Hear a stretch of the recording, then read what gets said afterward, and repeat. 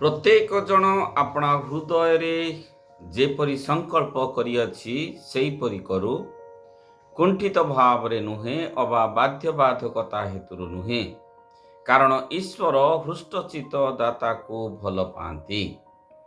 2 କରନ୍ଥୀୟ 9 ପର୍ବ 7 ପଦ ଆଜିର ସ୍ୱର୍ଣ୍ଣମୟ ବାକ୍ୟ ସହିତ ଆପଣମାନଙ୍କୁ ନୂତନ ଦିବସର ଶୁଭେଚ୍ଛା, ଅଭିନନ୍ଦନ ଏବଂ ଖ୍ରୀଷ୍ଟୀୟ ନମସ୍କାର ଜଣାଏ। ଆଜି ଦିନ ସକାଶେ ପାଞ୍ଜି ନିରୂପିତ ଧର୍ମଶାସ୍ତ୍ର ପବିତ୍ର ବାଇବଲର ଶାସ୍ତ୍ରାଂଶ ଆମେ ପାଠ କରିବା, ଯାହା ଲେଖାଯାଏ ଲୁକଙ୍କ ଲିଖିତ ମଙ୍ଗଳ ସମାଚାର 12 ପର୍ବ 42 ପଦରୁ 48 ପଦ ପର୍ଯ୍ୟନ୍ତ। ଲୁକ 12 ପର୍ବ 42 ରୁ 48। ପ୍ରଭୁ କହିଲେ, ଏଣୁ ଆପଣା ପରିଜନ ମାନଙ୍କୁ ଯଥା ସମୟରେ ନିରୂପିତ ପଡ଼ିଦେବା ନିମନ୍ତେ ପ୍ରଭୁ ଯାହାକୁ ସେମାନଙ୍କ ଉପରେ ନିଯୁକ୍ତ କରିବେ, ଏପରି ବିଶ୍ୱସ୍ତ ବୁଦ୍ଧିମାନ ବ୍ୟବର୍ତ୍ତା କିଏ? ପ୍ରଭୁ ଆସି ଆପଣାର ଯେଉଁ ଦାସକୁ ସେ ପ୍ରକାର କରୁଥିବା ଦେଖିବେ, ସେ ଧନ୍ୟ। ମୁଁ ତୁମମାନଙ୍କୁ ସତ୍ୟ କହୁଅଛି, ସେ ତାହାକୁ ଆପଣାର ସର୍ବସ୍ୱ ଉପରେ ନିଯୁକ୍ତ କରିବେ। କିନ୍ତୁ ଯଦି ସେଇ ଦାସ ମୋହର ପ୍ରଭୁଙ୍କ ଆସିବାର ବିଳମ୍ବ ଅଛି ବୋଲି ମନେ ମନେ କହି ଦାସ ଦାସୀମାନଙ୍କୁ ପ୍ରହାର କରିବାକୁ ଏବଂ ଭୋଜନ ପାନ କରି ମତ୍ତ ହେବାକୁ ଆରମ୍ଭ କରେ, ତାହାହେଲେ ଯେଉଁଦିନ ସେ ଅପେକ୍ଷା କରୁନଥିବ ଓ ଯେଉଁ ଦଣ୍ଡ ସେ ଜାଣିନଥିବ, ସେହି ଦିନ ଓ ସେହି ଦଣ୍ଡରେ ତାହାର ପ୍ରଭୁ ଆସିବେ। ପୁଣି ସେ ତାହାକୁ ଦ୍ୱିଖଣ୍ଡ କରି ଅବିଶ୍ୱସ୍ତମାନଙ୍କ ସହିତ ତାହାର ଅଂଶ ନିରୂପଣ କରିବେ। ଆଉ ଯେଉଁ ଦାସ ଆପଣା ପ୍ରଭୁଙ୍କ ଇଚ୍ଛା ଜାଣି ପ୍ରସ୍ତୁତ ହୋଇ ନଥାଏ କିମ୍ବା ତାହାଙ୍କର ଇଚ୍ଛାନୁସାରେ କାର୍ଯ୍ୟ କରି ନଥାଏ, ସେ ବହୁତ ପ୍ରହାରରେ ପ୍ରହାରିତ ହେବ। କିନ୍ତୁ ଯେ ନ ଜାଣି ପ୍ରହାର ଯୋଗ୍ୟ କର୍ମ କରିଥାଏ, ସେ ଅଳ୍ପ ପ୍ରହାରରେ ପ୍ରହାରିତ ହେବ। ଯାହାକୁ ବହୁତ ପ୍ରଦତ୍ତ ହୋଇଅଛି, ତାହାଠାରୁ ବହୁତ ଦାବି କରାଯିବ। ପୁଣି ଲୋକେ ଯାହା ନିକଟରେ ବହୁତ ସମର୍ପଣ କରିଅଛନ୍ତି, ତାହା ନିକଟରୁ ବହୁତ ଦାବି କରାଯିବ। ଏଯାଏଁ ପ୍ରଭୁଙ୍କର ବାକ୍ୟ। ପ୍ରଭୁ ଏହି ବାକ୍ୟ ସହିତ ଆଜିର ଅନୁଚିନ୍ତା ସକାଶେ ଆମମାନଙ୍କୁ ଯାହା ଚେତନା ଦେବାକୁ ଚାହାନ୍ତି, ଆସନ୍ତୁ ଆମମାନେ ବୁଝିବାକୁ ଚେଷ୍ଟା କରିବା। ପ୍ରିୟ ବନ୍ଧୁଗଣ, ଯୀଶୁଖ୍ରୀଷ୍ଟ ବିଶ୍ୱସ୍ତ ଓ ଅବିଶ୍ୱସ୍ତ ଦାସ ବା ବ୍ୟବର୍ତ୍ତା ମ୍ୟାନେଜରର ଦୃଷ୍ଟାନ୍ତ ଦ୍ୱାରା ତାଙ୍କ ବିଶ୍ୱାସିନୀ ଯେ ଆମକୁ ଆଜି କି ଶିକ୍ଷା ଦେବାକୁ ଚାହାନ୍ତି, ଆମମାନେ ବୁଝିବାକୁ ଚେଷ୍ଟା କରିବା।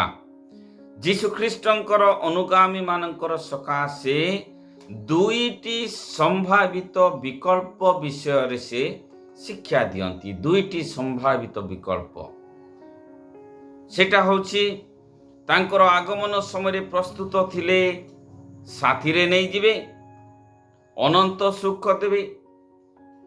ଅପ୍ରସ୍ତୁତ ଥିଲେ ଛାଡ଼ିଦେବେ, ଅର୍ଥାତ୍ ଶୟତାନ ସହ କଷ୍ଟ ପାଇବାକୁ ଦଣ୍ଡ ଦେବେ। 2ଟି ବିକଳ୍ପ ଅଛି। Faithful will be satisfied and blessed, unfaithful will be punished. এই 2ଟି ବିକଳ୍ପରୁ ଆମେ କୋଉଟା ଧରୁଛୁ? ଯୀଶୁଖ୍ରୀଷ୍ଟଙ୍କର ଦ୍ୱିତୀୟ ଆଗମନର ସୁନିଶ୍ଚିତତାକୁ ଅବହେଳା ନ କରି ଯେକୌଣସି ସମୟରେ ଯେ ସେ ଆସିପାରନ୍ତି, ସେଇଟା ପାଇଁ ଆମମାନଙ୍କୁ ସର୍ବଦା ପ୍ରସ୍ତୁତ ରହିବାକୁ ପଡ଼ିବ। We should be prepared. ସୁପ୍ରସ୍ତୁତ ହୋଇ ଯୀଶୁଙ୍କର ଦ୍ୱିତୀୟ ଆଗମନର ଅପେକ୍ଷା କରିବାକୁ ପଡ଼ିବ। ଅସାବଧାନତା ଓ ଜାଗତିକ ମନା ହେଲେ ହୁଏତ ଯୀଶୁଙ୍କ ସହିତ ଯେ ଆମେ ଊର୍ଦ୍ଧ୍ୱକୁ ଯିବାର ସମ୍ଭାବ୍ୟ ଆଶାର ସହିତ ଅଛୁ, ତହିଁରୁ ଆମମାନେ ବର୍ତ୍ତି ଯାଇପାରୁ ଓ ସେଇ ଈଶ୍ୱରର ସମ୍ମୁଖୀନ ହେବୁ ନିଶ୍ଚୟ। ମାଥ୍ୟୁ 24 ପର୍ବ 44 ପଦରେ କହନ୍ତି, ତୁମ୍ଭେମାନେ ପ୍ରସ୍ତୁତ ହୋଇଥାଅ, କାରଣ ଯେଉଁ ଦଣ୍ଡରେ ତୁମ୍ଭେମାନେ ମନେ କରୁନଥିବ, ସେଇ ଦଣ୍ଡରେ ମନୁଷ୍ୟ ପୁତ୍ର ଆସିବେ। ଆଜିର ବାକ୍ୟରେ ମଧ୍ୟ 46 ପଦରେ ପ୍ରଭୁ ତାହା କହନ୍ତି ଯେ ପ୍ରସ୍ତୁତ ହୋଇନଥିବ ତାକୁ କ'ଣ କରାଯିବ। ତାକୁ ମଧ୍ୟ 47 ପଦରେ ଯୀଶୁଖ୍ରୀଷ୍ଟ କହନ୍ତି ଯେଉଁ ଦାସ ଆପଣା ପ୍ରଭୁର ଇଚ୍ଛା ଜାଣି ପ୍ରସ୍ତୁତ ହୋଇନଥାଏ କିମ୍ବା ତାହାଙ୍କର ଇଚ୍ଛା ଅନୁସାରେ କାର୍ଯ୍ୟ କରିନଥାଏ ସେ ବହୁତ ପ୍ରହାରରେ ପ୍ରହାରିତ ହେବ। ବହୁତ ପ୍ରହାରରେ। ପ୍ରିୟମାନେ, ପ୍ରଭୁଙ୍କ ନିକଟରେ ଆଶୀର୍ବାଦ ବି ଅଛି ଏବଂ ଅବିଶ୍ୱସ୍ତ ଦୁଷ୍ଟମାନଙ୍କ ସକାଶେ ଦଣ୍ଡ ବି ଅଛି। ସେଇଟା ମୁଁ କହୁଛି ଯେ ଦୁଇଟି ସମ୍ଭାବିତ ବିକଳ୍ପ, ଆମେ କୋଉଟାକୁ ମନୋନୀତ କରିବୁ ଆମ ହାତରେ ଅଛି। ମାଥ୍ୟୁ 24 ପର୍ବରେ ଯୀଶୁ ଅନେକ ଗୁଡ଼ିଏ ଦୃଷ୍ଟାନ୍ତ ଦେଇଛନ୍ତି ତାଙ୍କର ଦ୍ୱିତୀୟ ଆଗମନର ସନ୍ନିକଟ ହେବା ବିଷୟକୁ ଜାଣିବା ସକାଶେ। ଏଇ ଲକ୍ଷଣ ଗୁଡ଼ାକ ଦେଖିଲେ ପ୍ରସ୍ତୁତ ହେଇଯାଅ। ରାଜ୍ୟ ବିରୁଦ୍ଧରେ ରାଜ୍ୟ, ଜାତି ବିରୁଦ୍ଧରେ ଜାତି, ଭୂମିକମ୍ପ, ମହାମାରୀ, ସମୁଦ୍ରର ଜଳ ବାହାରକୁ ଆସିବ, ପୃଥିବୀ ମଧ୍ୟକୁ ଆସିବ। ଏଇଗୁଡ଼ାକ ଲକ୍ଷଣ ଗୁଡ଼ାକ ସେ ଦେଖାଇ ଦେଇଛନ୍ତି। ଅଧର୍ମ ତାଡ଼ନା ବୃଦ୍ଧି ପାଇବ, ମହାକ୍ଲେଶ, ଦୁର୍ଭିକ୍ଷ, ମହାମାରୀ ହେବ। ମୋର ପ୍ରିୟ ବନ୍ଧୁଗଣ, ସବୁ ଲକ୍ଷଣ ଦେଖାଇ ସାରିଲେଣି ପ୍ରଭୁ। ମହାମାରୀ କରୋନା ମଧ୍ୟ ସେଇ ଲକ୍ଷଣ ଦେଖାଇ ଦେଉଛି। ଲେଟ୍ ଅସ୍ ବି ପ୍ରିପେୟାର୍ଡ। ପ୍ରଭୁଙ୍କ ଆଗମନ ସକାଶେ ଆମେ ନିଜ ନିଜକୁ ସୁପ୍ରସ୍ତୁତ କରିବା। ଆଜି ବି ପୃଥିବୀ ମାନୁନାହିଁ। ଯୀଶୁଙ୍କର କହିଥିବା ଲକ୍ଷଣ ଗୁଡ଼ାକ ସଫଳ ହୋଇ ଚାଲିଛି ଏବଂ ତାଙ୍କର ଆଗମନର ସୁନିଶ୍ଚିତତାକୁ ମନେ ପକାଇ ମନେ ରଖିକିରି ଚାଲିବାକୁ ନାହିଁ।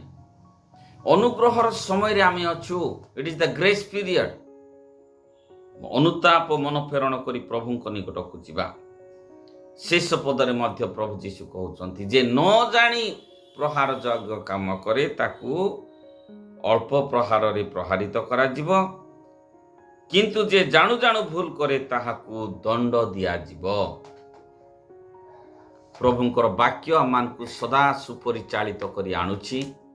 ତେବେ ଅନେକ ସମୟରେ ଆମମାନେ ପ୍ରଭୁଙ୍କର ଚାଳନା, ପ୍ରଭୁଙ୍କର ବାକ୍ୟକୁ ମୁଖ୍ୟ ସ୍ଥାନ ନ ଦେଇ ନିଜର ମସ୍ତିଷ୍କକୁ, ନିଜର ମନକୁ ଧରି ଆମେ କାମ କରିଥାଉ। ସ୍ୱର୍ଣ୍ଣମୟ ବାକ୍ୟ ମଧ୍ୟ ପ୍ରଭୁଙ୍କୁ ଆମେ ଗୌରବ ଦେବା ଉଦ୍ଦେଶ୍ୟରେ ଦାନ ଦଉ ସତ, କିନ୍ତୁ କିଛି କୁଚିନ୍ତାର ସହିତ ଲୋକେ ଥାନ୍ତି ସେଇ ବେଦୀର ପଡ଼ିଲା ଧନକୁ ବି ଆପଣାଇ ନେବାକୁ, କାର୍ଯ୍ୟକାରୀ ମାନଙ୍କର ସେମାନଙ୍କର ପ୍ରାପ୍ୟ ନ ଦେବାକୁ ବେଳେ ବେଳେ କିଛି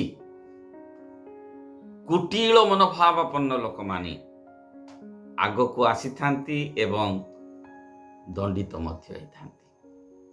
ପ୍ରଭୁ ଦଣ୍ଡ ଦେବେ, ଆମେ ଦଣ୍ଡ ଦେବା ଲୋକ ନାହିଁ। ତେବେ ପ୍ରଭୁଙ୍କ ହସ୍ତରେ ଆମେ ଦେବା, ଆଉ ବିଶେଷ କରି ତାଙ୍କର ଦ୍ୱିତୀୟ ଆଗମନର ସକାଶେ ନିଜ ନିଜକୁ ସୁପ୍ରସ୍ତୁତ ରଖିବା। 10 କନ୍ୟା ପ୍ରସ୍ତୁତ ଥିଲେ, କିନ୍ତୁ 5 ଜଣ ସୁପ୍ରସ୍ତୁତ ଥିଲେ। ପ୍ରସ୍ତୁତ ହୋଇ ଅପେକ୍ଷା କରିବା, ସୁପ୍ରସ୍ତୁତ ହୋଇ ଯୀଶୁଙ୍କୁ ଅପେକ୍ଷା କରିବା। ପ୍ରଭୁ ତାଙ୍କର ବାକ୍ୟ ଦେଇ ଆମମାନଙ୍କୁ ଆଶୀର୍ବାଦ କରନ୍ତୁ। ଆମେ ପ୍ରାର୍ଥନା କରିବା। ଅନୁଗ୍ରହରେ ପରିପୂର୍ଣ୍ଣ ପରମେଶ୍ୱର, ପୁଣି ଗୋଟିଏ ନୂତନ ଦିନ ଆମ ଜୀବନରେ ଦେଇଅଛ, ତୁମକୁ ଧନ୍ୟବାଦ ଦେଉଅଛୁ। ତୁମ ସହିତ ଆଜିର ଦିନଟି ଅତିବାହିତ କରିବାକୁ ଦୟାରେ ଆମମାନଙ୍କୁ ସାହାଯ୍ୟ କର। ଆଜି ଦିନରେ ଯେଉଁ ପରିବାରରେ ଆନନ୍ଦର ଦିନ ଅଛି, ଜନ୍ମଦିନ କି ବିବାହ ବାର୍ଷିକୀ ସ୍ମରଣ କରନ୍ତି, ପ୍ରଭୁ ସେମାନଙ୍କୁ ତୁମେ ଆଶୀର୍ବାଦ କର। ଯେଉଁମାନେ ଦୁଃଖ ଭିତରେ ଅଛି ସେମାନଙ୍କୁ ସାନ୍ତ୍ୱନା ପ୍ରଦାନ କର। ବୟୋଜ୍ୟେଷ୍ଠ ଗୁରୁଜନ, ସିନିୟର ସିଟିଜେନ୍ ମାନଙ୍କୁ ତୁମରି ହସ୍ତରେ ଦଉ। ତୁମରି ବଳରେ ବଳିୟାନ କରି ରଖ, ସୁସ୍ଥତାରେ ରଖ। ପରିବାରରେ ଯାହା କିଛି ସମସ୍ୟା ଚିନ୍ତା ଅଛି, ଆଜି ଏହି ସମୟରେ ଯେଉଁମାନେ ଏହି ପ୍ରାର୍ଥନାର ଅଂଶୀ ହେଉଛନ୍ତି, ସେମାନଙ୍କର ବ୍ୟକ୍ତିଗତ ଜୀବନରେ, ପାରିବାରିକ ଜୀବନରେ, ସାମାଜିକ ଜୀବନରେ, ମାଣ୍ଡଳିକ ଜୀବନରେ ଯାହା କିଛି ପ୍ରାର୍ଥନା ଥାଏ, ତୁମରି ଗୌରବ ଉଦ୍ଦେଶ୍ୟରେ ପ୍ରଭୁ ତାହା ସ୍ୱର୍ଗରେ ଗୃହୀତ ହଉ। ତୁମର ପ୍ରଶଂସା କରୁ ବଞ୍ଚିବାକୁ ଦୟାରେ ଆମମାନଙ୍କୁ ସାହାଯ୍ୟ କର।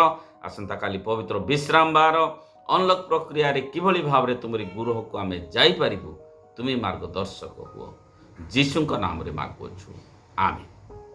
ଆମମାନଙ୍କ ତ୍ରାଣକର୍ତ୍ତା ପ୍ରଭୁ ଯୀଶୁ ଖ୍ରୀଷ୍ଟଙ୍କର ଅନୁଗ୍ରହ, ପିତା ଈଶ୍ୱରଙ୍କର ପ୍ରେମ ଏବଂ ପବିତ୍ର ଆତ୍ମାଙ୍କର ସ୍ୱର୍ଗୀୟ ଚାଳନା ପ୍ରିୟ ପ୍ରଭୁ ଦୟାରେ ପ୍ରତ୍ୟେକଙ୍କୁ ପ୍ରଦାନ କରନ୍ତୁ, ଆମେନ୍। ଯୀଶୁ ଶାନ୍ତି। ଭଲରେ ଥାନ୍ତୁ, ସୁସ୍ଥରେ ଥାନ୍ତୁ, ଘରେ ଥାନ୍ତୁ। ନିହାତି ଆବଶ୍ୟକ ନହେଲେ ବାହାରକୁ ଯାଆନ୍ତୁ ନାହିଁ। ଯଦି ଯାଉଛନ୍ତି ମୁହଁରେ ମାସ୍କ ଦିଅନ୍ତୁ, ସୋସିଆଲ ଡିଷ୍ଟାନ୍ସ ମେଣ୍ଟେନ୍ କରନ୍ତୁ, ବାରମ୍ବାର ହାତ ଧୋଇ ପରିଷ୍କାର ରୁହନ୍ତୁ। ଅନଲକ୍ ପ୍ରକ୍ରିୟାରେ କିଛି डिस्ट्रिक्ट रे चर्च खोला जाइछि किछि डिस्ट्रिक्ट रे आमे पाई पारि ना हूँ अनुमति किंतु कोरोना प्रिय बंधुगण जाई नाही सोशल डिस्टेंसिंग मास्क पिंधिबा सैनिटाइज हेबाटा को प्रथम स्थान दे प्रभुंकर गौरव करू करू माने बंचिबा प्रभु प्रत्येक को आशीर्वाद करंतु धन्यवाद।